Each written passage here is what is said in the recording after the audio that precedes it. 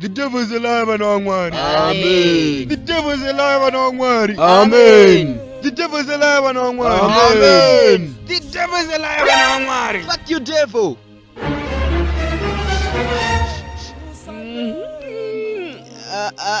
Amen. The devil is alive and on one.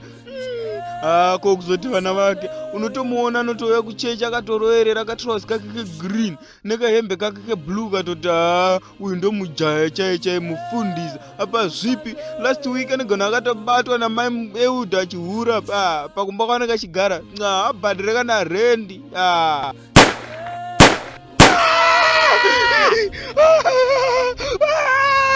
Right, anozviti mwana waMwari ndiani munomu?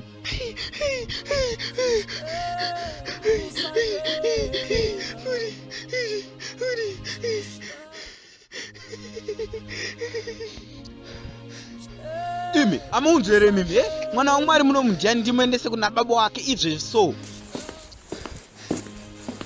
Iwe, ndiwe ere wewe, iwe. Ndiwere, taura mani, iwe, ndiwere. Ndisiri nini? Wewe ndiwere, iwe ndiwere. Aiwa, ndisiri nini? Imi, ndisika. Saka ndiani? Imi, taura mani, saka ndiani mwana waMwari mani imi? Ndi pastor. Ndi pastor ka. Right, pastor, ndakukuendesa kuna baba venyu zveso. Amana muzanondinyepera. Muzandinyepera mana. Iwe zvekwewe, nditoriwo chidhakwa ini. Kweni ndindadi, kuingawa ni Judas akango.